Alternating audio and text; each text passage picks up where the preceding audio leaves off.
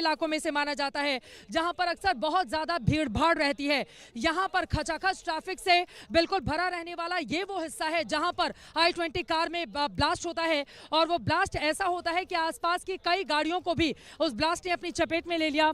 फिलहाल गृह मंत्री की गाड़ियों का काफिला अब यहां से आगे की ओर बढ़ रहा है। आपको बताते चले भीतर की तरफ गृह मंत्री अमित शाह गए और अंदर लाल किले के भीतर से ही वो अब दूसरे रास्ते से वापस चले जाएंगे। यकीनन सरकार के सामने बहुत बड़ी चुनौती खड़ी हो गई है।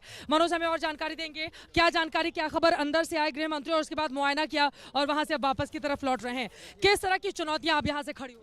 जी बिल्कुल, देखिए अभी गृह मंत्री लौटे नहीं हैं क्योंकि दिल्ली पुलिस कमिश्नर और तमाम स्पेशल सीपी जो हैं वो इस वक्त यहाँ मौजूद हैं और यहीं पर क्योंकि लाल किले की पुलिस चौकी है और ये कह सकते हैं कि लाल पुलिस की पुलिस चौकी के जस्ट सामने ही ये ब्लास्ट हुआ है 25 मीटर की दूरी। गृह मंत्री अंदर की तरफ से उनकी जो गाड़ियां थी वो अंदर की तरफ से कहीं हाँ, अगर गाड़ियां उनकी निकल गई हैं तो वो अब वापस की तरफ जा रहे हैं, लेकिन तस्वीरें अगर हम आपको दिखाएं तो आप देखिए कि फॉरेंसिक की जो तमाम टीमें हैं वो इस वक्त यहाँ पर मौजूद हैं। अब देखिए फॉरेंसिक की जो टीमें हैं उन तमाम गाड़ियों से सैंपल उठा रही है, जिन तमाम गाड़ियाँ जो ब्लास्ट के बाद क्षतिग्रस्त हुई थी। आप देख सकते हैं कि तमाम फॉरेंसिक की टीमें हैं, चाहे वो NIA की टीम हो, इसके अलावा रोहिणी FSL की टीम हो, वो यहाँ पर इस वक्त मौजूद है। NSG की टीम यहाँ पर पहुंची हुई है और NSG के जो स्नीफर डॉग्स हैं वो भी अभी कुछ देर पहले यहाँ पर पहुंचे हैं और स्नीफर डॉग भी इसलिए पहुंचे हैं कि वो शायद कुछ सूंघ कर बता पाएं कि आगे इसमें क्या हो सकता है। तो आप देखिए कि किस तरीके से पूरे इलाके को एक एक सैंपल जो है वो यहाँ से अब उठाने का जो काम है वो FSL का चल रहा है और उसी के बाद ये चीजें क्लियर होंगी कि आखिरकार ब्लास्ट के पीछे की वजह क्या थी, ब्लास्ट किस चीज में हुआ था, किस चीज से हुआ था। तो तमाम चीजें अब ये जांच के बाद ही साफ हो पाएंगी कि आखिरकार सामान्य तो अब नजर नहीं आ रहा है।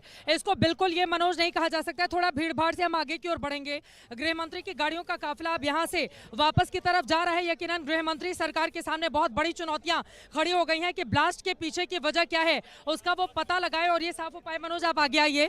अब यहाँ से कौन कौन से वो सवाल हैं जिसका जवाब तलाशना दिल्ली पुलिस के लिए, क्राइम ब्रांच के लिए, ATS के लिए, NSG के लिए, सरकार के लिए बड़ी चुनौती साबित? जी देखिए, तमाम एजेंसीज के लिए अब ये तमाम सवाल ये ज़रूरी हो जाते हैं कि आखिरकार सबसे पहली बात तो ये ब्लास्ट किस चीज़ में हुआ, किस चीज़ से ब्लास्ट किया गया और इसके पीछे कौन लोग मौजूद थे। सबसे बड़ी बात ये कि सामान्य ब्लास्ट नहीं था, अब ये बात साफ हो चुकी है। हालांकि सरकार ने अभी तक ये नहीं कहा है, ये नहीं माना है कि ये कोई टेरर अटैक था, लेकिन ये बहुत बड़ा ब्लास्ट था जिसको देख करके समझा जा सकता है कि एक दिल्ली के ऊपर एक बहुत बड़ा हमला किया गया है। तो इस हमले के पीछे आखिरकार कौन लोग मौजूद है? इस तरह की जानकारी आ रही है कि गुरुग्राम नंबर की I-20 गाड़ी थी। कुछ मीडिया रिपोर्ट्स के हवाले से यह खबर सामने आ रही है और वहां पर नदीम खान वो व्यक्ति बताया जा रहा है जिसके नाम पर ये जो जानकारी है, ये एक आई विटनेस का इंटरव्यू मैंने अभी थोड़ी ही देर पहले किया था। उसने ये बताया कि वो उस वक्त यहीं पर मौजूद था, मेट्रो स्टेशन से वो आया था, उसी के सामने जो ब्लास्ट था वो हुआ था। तो उस आई विटनेस ने बताया कि वो जो नंबर प्लेट थी उसी ने खुद उठा करके, जो पुलिसकर्मी उस वक्त वहां पर मौजूद था उसने वो नंबर प्लेट पुलिसकर्मी को दी थी और पुलिसकर्मी ने जब उसी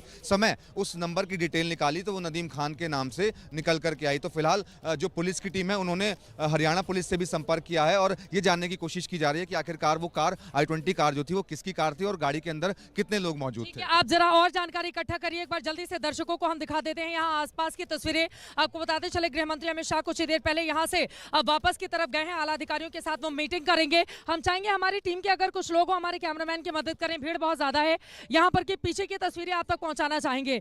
NSG के कमांडोज आते हैं, दूसरी तरफ से जाते हैं, UP ATS की टीम भी मौके पर पहुंच चुकी है, वो उसको भी दूसरी तरफ से आगे भेजा जाता है। कई और अधिकारियों की टीम यहाँ पर जारी है। आपको बताते चले कि लगातार यहाँ पर NIA की टीम है जो जांच पड़ताल में लगातार लगी हुई है। पीछे की तस्वीरें अगर आप देखेंगे तो यहाँ पर चारों तरफ ये बैरिकेडिंग कर दी गई है और यहाँ पर देखिए यहाँ पर ये लगा दिया गया है कि डू नॉट क्रॉस लाइन, यानी कि इसको लगाने के बाद अंदर आने की इजाजत मीडिया वाले या सुरक्षा कर्मियों के अलावा भीतर आने की इजाजत और किसी को नहीं है। दूसरी तरफ से जितने भी अधिकारी आ रहे हैं, क्योंकि सामने यहाँ पर दिल्ली पुलिस ने पूरा बैरिकेड कर रखा है और यहाँ से किसी को भीतर जाने की इजाजत नहीं दी जा रही है। अंदर की तरफ, दूसरी तरफ जाकर और फिर अंदर की तरफ तमाम अधिकारी जा रहे हैं।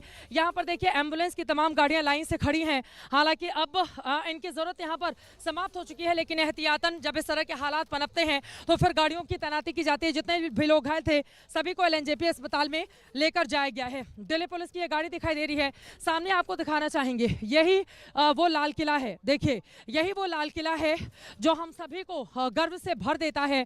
15 अगस्त के मौके पर हम अपनी आज़ादी का पर्व इसी लाल किले से मनाते हैं और यहाँ पर हजारों की भीड़ रहती है। वैसे भी हर रोज अगर बात करें तो लाल किले को देखने के लिए जो भी दिल्ली आता है वो जरूर ये कोशिश करता है कि एक बार जाके लाल किले का दीदार कर लिया जाए। ये बिल्कुल नया गेट इस समय बनकर तैयार हुआ है, अभी रंग रोगन का काम ही चल रहा है। पूरी तरह से ये गेट बना भी नहीं है, क्योंकि पिछली बार जब मैं यहाँ पर आई थी तो इस तरह का गेट नहीं था। अभी देखिए ये नया गेट बनकर तैयार हो रहा है, इसको पेंटिंग का काम देखकर लग रहा है कि अभी चल ही रहा था। और उसके ठीक सामने दूसरी तरफ दिखाइए संजीव, उसके ठीक सामने तकरीबन 300 से 500 मीटर की दूरी पर ये जबरदस्त ब्लास्ट होता है। और उसके बाद i-20 कार में परखच्चे जिस तरह से जगह जगह देखिए, यहाँ पर जो हम आपको ब्लर करके दिखाएंगे क्योंकि जगह जगह जो मांस के टुकड़े हैं वो यहाँ पर, वहाँ पे सोचिए धमाका हुआ। लेकिन जहाँ पर इस वक्त मैं खड़ी हूँ तकरीबन 500 मीटर की दूरी पर, यहाँ पर भी जो बॉडी के जो मांस हैं वो यहाँ पर बिखरे पड़े हुए हैं। तो आप समझ सकते हैं कि कितना जोरदार ये धमाका रहा होगा। फिलहाल ये लाल किले का मेन गेट है जहां से एंट्री होती है और बिल्कुल उसके सामने, बिल्कुल कुछ कदमों की दूरी पर, दिखाइए संजीव, बिल्कुल कुछ कदमों की दूरी पर इस वक्त फॉरेंसिक एक्सपर्ट की टीम मौके पर मौजूद है और वो इस समय वहां पर मुआयना कर रही है। वहां से सबूत इकट्ठा किए जा रहे हैं, वहां पर जो मांस के टुकड़े होंगे उनको वहां पर फॉरेंसिक टीम इकट्ठा कर रही है। दिल्ली पुलिस की टीम है, यूपी ATS की टीम यहाँ पर पहुंची हुई है, NSG कमांडो वहां पर पहुंचे हुए हैं, क्राइम ब्रांच की टीम यहाँ पर मौके पर मौजूद है। और वहां पर आप देखिए काफ़ी ज़्यादा, वहां पर बिल्कुल पास में मीडिया कर्मियों को जाने की इजाज़त नहीं दी गई है, क्योंकि वहां पर जितने भी लोग मौजूद हैं वो सभी जांच टीम का हिस्सा हैं। वहीं से गृह मंत्री अमित शाह कुछ देर पहले यहाँ से वापस गए हैं। मनोज, कहाँ गए हमारे और कौन कौन से सहयोगी जुड़े हुए हैं जिनके पास और ज़्यादा जानकारी के लिए हम जा सकते हैं?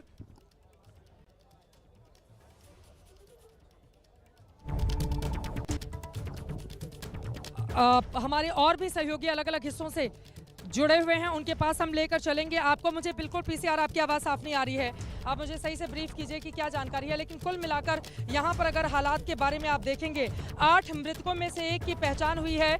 अमरोहा के रहने वाले अशोक कुमार बताए जा रहे हैं, 34 साल उनकी उम्र है। ये बड़ी जानकारी, बड़ी खबर आपको दे दें, 8 मृतकों में से एक मृतक की पहचान की गई है। अमरोहा के रहने वाले अशोक कुमार बताए जा रहे हैं, जिनकी उम्र 34 साल। अमरोहा के हसनपुर के रहने वाले हैं मृतक अशोक, जिनकी पहचान की गई है, लेकिन बहुत कम उम्र की, 34 साल ही उनकी उम्र थी, जिनकी जान चली गई है। और अभी बाकी लोगों की पहचान शिनाख्त की जाएगी कि वो लोग कहाँ के रहने वाले थे, यहाँ पर किस लिए आए हुए थे, क्या वजह थी। विशाल पांडे हमारे साथ, हमारे सहयोगी जुड़े हुए हैं। मनोज भी जैसे ही आते हैं आपको मनोज और ज़्यादा जानकारी इकट्ठा कर रहे हैं। विशाल, अब सीधे आपके पास आते हुए, गृह मंत्री पहले LNJP अस्पताल पहुंचे और उसके बाद घटनास्थल पर आए और फिर उसके बाद उनकी ओर से जानकारी भी दी गई। 8 मृतकों की उन्होंने बात कही। जो 20 लोग घायल हुए हैं उनमें से 13 दिल्ली के बताए जा रहे हैं। जो 8 मरने वाले हैं उनमें से एक की पहचान हुई है, 34 साल के अमरोहा के हसनपुर के रहने वाले अशोक बताए जा रहे हैं। विशाल। बिल्कुल चित्रा, देखिए अभी LNJP अस्पताल की तरफ से जो जानकारी साझा की गई है उसमें 28 घायलों की जानकारी सामने आ रही है और 8 लोगों के मौत की सूचना सामने आई है। हालांकि एक की पहचान हुई है, 7 मृतकों की पहचान अब तक नहीं हो पाई है। और लेकिन इस वक्त मैं LNJP अस्पताल के पास मौजूद हूँ। आसपास कुछ परिवार भी मुझे ऐसे दिखाई दे रहे हैं जो अभी भी यहाँ पर आकर अपने कुछ लोगों की जानकारी इकट्ठा करने की कोशिश कर रहे हैं कि जो लोग उस वक्त उस घटना स्थल के पास थे। वो कुछ फैमिली मेंबर्स यहां पर इस वक्त LNJP हॉस्पिटल के बाहर मौजूद है। हालांकि पूरी जानकारी अभी तक सामने नहीं आ पा रही है, लेकिन 28 घायलों की जानकारी यहां पर साझा की गई है। 8 मृतकों की सूचना दी गई है, लेकिन अभी भी कई ऐसे परिवारजन हैं जिनकी आप ये तस्वीरें यहां पर देख रही हैं, जो अपनों की तलाश में यहां पर पहुंचे हुए हैं, जानकारी इकट्ठा करना चाह रहे हैं, क्योंकि उन्हें ऐसी जानकारी मिली थी कि जहां पर यह घटना हुई उसके आसपास ही उनके परिवारजन मौजूद थे। लेकिन ये जो 28 घायलों की और 8 मृतकों की लिस्ट अभी सामने आई है, इसमें इनके परिवारजनों का नाम नहीं है। तो ये कहा जा सकता है कि अभी फिलहाल जो इस पर और ज्यादा पहचान